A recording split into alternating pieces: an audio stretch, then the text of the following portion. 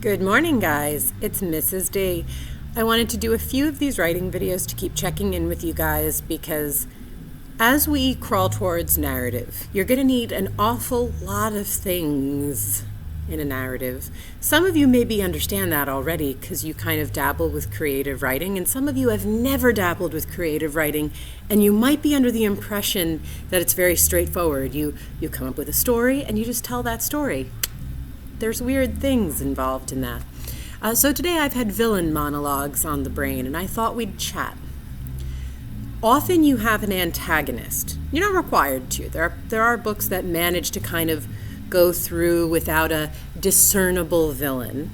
I myself like that. There's a couple times where I've just had a looming force that's vaguely antagonistic, but we don't necessarily interact with a villain. Now, when you have a villain, and it's a discernible, identifiable villain, first of all, I'd like to relieve maybe some anxiety that some of you guys have when going into creative writing. Some of you will think using tropes or stereotypes and stuff like that is going to work against you. Like some of you may think that having like a mustache twirling bad guy is too much. Here's the thing that you should remember, and I'll remind you time and time again. People like certain things. People love certain tropes. Hallmark has an entire channel dedicated to like poorly written romance stories. We all know how they're going to go. They're not great, but people love them, and to those people, they're good. Horror movies. There are some wonderful horror movies that are really good at thriller and suspense. They're not even that violent. Like the original Halloween movies, not as violent as any of its successors. It's more about the tension of like knowing he's in the shadow, like knowing he's right there. Please run, please run. He's crazy. And he's crazy for no real apparent reason. Michael Myers just is, right? They say he must have been born that way, and they have that great scene in the beginning with the mask where he's going through the house, and you're like, this kid's a murderer, and he's always been a murderer. Halloween didn't struggle to like identify why Michael was a bad guy, and at least for most of the movies, there's a few where it tried. The essence of Halloween, the original Halloweens, the core Halloweens, they never tried to explain why Michael was bad. They allowed it to be this kind of old school one-dimensional villain. He's a bad guy. He kills people. He likes to kill his family. He prefers to kill his sisters. He didn't realize he had left one alive. He's going to be doing that. And we accept that. As a viewer or a reader, we accept things that we're given from a story. We don't sit here struggling with them and going like, maybe they're not that great. If someone's like, hey, here's the rules of the world that you're in, you're like, okay, and you go on the ride with them. As a writer, though, you struggle with wondering whether or not people will believe you. They will, because that's what people are there for. People enter the book or enter the movie to enjoy and to learn what's going on. And say you're writing thriller, say you're writing sci-fi, say you're writing horror. They want a bad guy, and they would absolutely love to hear this bad guy go on and on. Particularly in thriller, and it depending on the sci-fi you're doing, if you have like a political sci-fi, something Star Wars-esque, where there's like a totalitarian, like, bad guy. You have a chancellor, you have an emperor, you have a dude who is the bad guy. You have a Vader in some of the early movies. You're gonna want to give that person a platform to speak. The essence of a villain monologue is that there's pockets of truth, there's pockets of believability, has a lot to do with how naive your narrator is as to how this villain monologue will go. So, welcome aboard. You have decided to do a villain, and you have decided to let them monologue. A reminder, on the technical side, a monologue is one person speaking out towards an audience. The audience is not intended to respond. Once in a while, you get like a cutback. I mean, a very prominent moment that I think of is Darth Vader, like, trying to bring Luke to the dark side. And Luke occasionally interjects with, like, no, I won't. And then he's like, I am your father. And Luke's like, ah! And then he jumps off of a space platform. In general, you first want to consider the dynamic between your villain and your hero. Little Mermaid, great example, actually. In Little Mermaid, Ariel's very starry-eyed and naive, and she has no idea what's going on. So in sort of good faith, she's like, hey, how does this whole thing work where I make a wish and a request and you help me? And Ursula says, oh, honey, let me explain. And when she explains, we, the audience, have a totally different perception of what's going on than Ariel. At some point, Ariel begins to get a little creeped out by it, but for the most part, she's absorbing the information and she's like, okay, I guess that's how things work. We, on the other hand, on the audience, are like, oh, this woman tricks people. That's what she does. We read it differently than our hero, and you have to keep that dynamic in mind. I know the rhetorical triangle has not been your favorite thing, but you have to remember that the audience is not necessarily the author. You, the author, are having a totally different relationship with your story than your future readers, and you must keep in mind how much you want the audience to know and how you want them to respond. If you want your audience to, like, have a moment where they're like, oh no, this is a trick, you have to lay that groundwork. Ursula says things like, you know, if you want something, you have to pay for it. There's always a toll. People asked me for these things. I didn't go chasing them. They came to me, and I helped them. Then she kind of leaves off the part where the contract is always weighed very heavily in her favor, and she doesn't explain it to the people she helps, and they invariably wind up as little weird, grimy things in her garden. So, like, there's always an unfair trade element that she doesn't disclose. But we, the viewer / reader, are like, there's an unfair trade element. No! It's also a major plot point. You need that moment where your hero doesn't understand that trade until it's too late. Also, you can think of classic Bond villains. When you have an element where your hero and your villain don't quite know each other. James Bond is assigned to find these villains. He's given a file on these villains, but he doesn't know these villains. He's following the trail, he's getting the clues, but he doesn't know them well. He's not familiar with them. Their villain monologues are sort of a moment of handshake. They capture Bond, invariably, and they get to think they win, and they're like, this is what you don't understand. It's a taunt. And I think that's what most people think of as a villain monologue. There's a taunting element. Time-wise, in a story, you're going to be holding that till towards the end. You don't want to do that element in the beginning because there's not been enough suspense built up. You sit there watching James Bond find the clues, the whole movie, the whole book. You're, in a book, it's 3/4 following the trail and only 1/4 resolution. So you want a taunting villain monologue to be held towards the end of your story. Don't make the mistake of doing it early on. A villain and a hero need some form of relationship for that taunt to play. The relationship doesn't have to be intimate in that they don't have to know one another, but you have to have interaction. Like the villain has to be frustrated by Bond getting into his business for pages and pages and pages for the taunt to hit. Keep that in mind.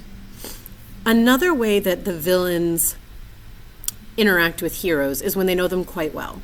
Sometimes heroes and villains are always in the same space, like there's some element to their lives always interact. On like a YA sort of level, you can think of school dramas. In school dramas, the bully and the victim, you know, the hero and the bad guy, they invariably share the same schedule, right? Like inevitably they have at least 2 classes together all the time. So a situation like that where they are always together, they know a lot about one another, and yet they're not united, right? They're antagonistic towards each other. You could have repeated taunts throughout the book or novel, short story, what have you. If you have an intimate relationship between hero and villain, they have to know each other for that to work. You could have siblings, you could have people from the same order, in Lord of the Rings, you can think of something like Saruman is taunting Gandalf repeatedly after it's revealed that Saruman's actually working for Sauron. He repeatedly taunts Gandalf because they know one another, and that works. You haven't had a lot of suspense. Saruman's turning happens fairly early in the Two Towers. And then you can have him as the bad guy who's constantly pawing at people. I think about them like naughty cats who like to do this and knock your stuff off the table. You have the bad girl who's always in the same class going you're really going to do that? You need intimacy though. If you're going to do that, the first part of your book must be establishing how those characters know one another, or the taunt doesn't play. Your hero shouldn't be responding to it, and therefore we shouldn't either. You can also have villains. This is harder to pull off. You can have a villain monologue that only the audience gets. I mean the hero has no idea who the villain is, and the monologue is sort of always directed at us. A great example of how it's a villain monologue, but the hero doesn't know, would be in Batman Begins, how they did Ra's al Ghul, however you want to pronounce it. When we're hearing his speech to Bruce as he's training Bruce, right? So he collects this broken man, he's training this guy, he loves this guy's great, this guy's going to be the greatest assassin they've ever made in the League of Shadows. He's repeatedly telling long-winded monologues about how we operate and what we believe in. There's a moralizing element to it. And the whole time Bruce is listening, and he's seeing it one way, right? Bruce is seeing this as very straightforward. This guy's going to help me fight crime. Whereas the audience is going this guy is making you an assassin. We are not on the same page. That ignorance in your hero, whereas we have it, you're utilizing dramatic irony in a huge way. We have knowledge that our hero doesn't have, especially if you were a Batman fan, a Batman reader. If you knew who Ra's al Ghul was and who the League of Shadow was, you're no, he doesn't mean it that way. No. Other times that I've seen it used well, but there's always, sometimes a villain is very much identified as a villain. And if they sound a different way, if they sound charming and smart and very kind of even-tempered, you can get tricked into thinking that they're not villain monologuing you, but they totally are. Hannibal Lecter does this in Silence of the Lambs. You know objectively that he's a bad guy, but you get tricked for most of the movie into thinking that he's not, that he's got it under control, right? Yes, there was that one time I ate the person, but it's fine. I'm going to help you understand your bad guy. I'm going to help you catch your killer. And it's seductive. It's compelling to listen to. It's measured. And the whole time, Clarice is okay, yeah, no, he means that, he's going to help me catch the bad guy.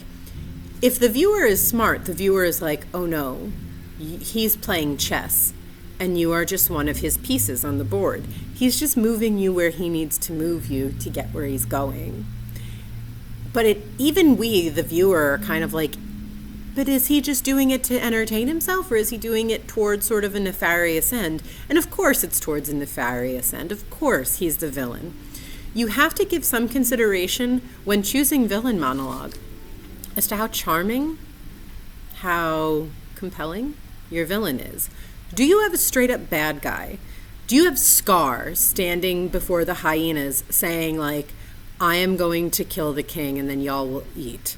And he doesn't have a plan for that. He's just we're going to kill people and then feast. And we know that there's nothing redeeming to this guy. There's no way that this is going to work out. This is your one-dimensional bad guy. Michael Myers, one-dimensional bad guy. Jason Voorhees, one-dimensional bad guy.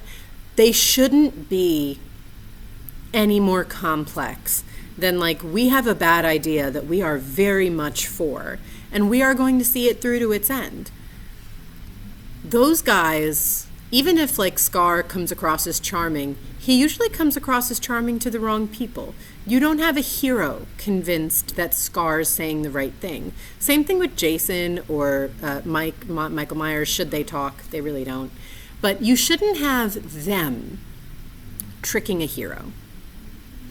They're clearly like bad, clearly in the villain camp, and they're only charming to people too ignorant to know better.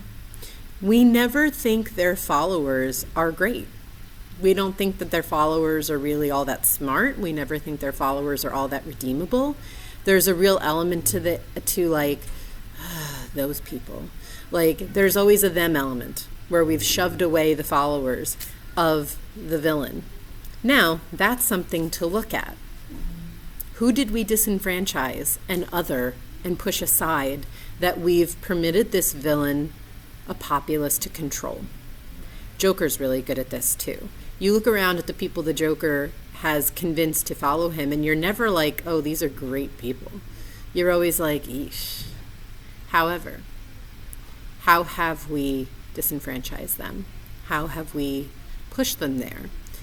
Even if you never fully address it, acknowledging that sort of it's it's sad that in this other world that we've created where good people do exist and heroes are there, that there's people who don't fit in and that we've done nothing to keep them in. I think trying to erase that as an element of storytelling is dangerous because you can't have perfect characters, right? It's the flaw of utopia. Utopia always becomes dystopia. You're never going to have a society where all members of the society completely agree and live in absolute harmony, and there's no infighting and there's no separating and there's no putting some people off to the side. It's just about who gets put off. It would be compelling for you to give some thought as to why these people have left to go to the villain. What has made them leave? Is it finance? They were poor. They were poor and they had nothing. Is it education? They don't know any better. Is it political upheaval? We are unhappy with the current situation and this is a possible solution. Maybe we don't all believe in that solution fully, but we need a change and we're going to go to the change. Is it that they were compelled because they don't have resources to fight? There's interesting things going on in like Witcher and stuff where the people on different sides of the major battle, some of them are just poor peasants and they were told that they're fighting for one side and they don't really have a personal decision in it. They're just told to go fight for the Lord. And they do so because they don't want to be hung as traitors. And that's like their baseline reason for doing it. Treason is a hanging crime and they don't want to be hung, so they do it. But they're technically lackeys of the villain. And you spend a lot of the game like killing the lackeys of the villain and going through, even though they're not people who have anything really against you. Then you have bigots. You have people in stories who they are on this side because they hate certain people. In Witcher, it's non-humans. They don't like non-humans like dwarves and elves and stuff like that. You could really fill in the blank for any different thing. So, to conclude, because we're reaching the end of your attention span, you really have to consider when using your villain monologues, and should you have the right elements, I do encourage you. It's a trope, but it's a fun one. We love a villain monologue here. We love to see someone standing in front of a room, maybe petting a cat, like haughtily telling us how smart they are right before they fall, right before they lose. It's always fun to make the monologue right before some big error where they lose. Consider, though, that the relationship between hero and villain is the one you have to consider. You have to make sure the right level of intimacy or kind of disinterest, disfamiliarity is present, or else the monologue's not going to hit as well. So that's your little mini lesson today, villain monologues. Some of you this early in the year might be looking forward to doing some of this in your expository. When you do nonfiction, you still may have a villain, and you still may be considering how you frame what they do. For example, in H.H. Holmes, he does have a confession. You have a villain monologue built in. Are you going to present it that way? If so, how are you presenting it for it to hit with your reader? That's partially all. There's going to be many more videos on writing to follow. And have a good day, guys.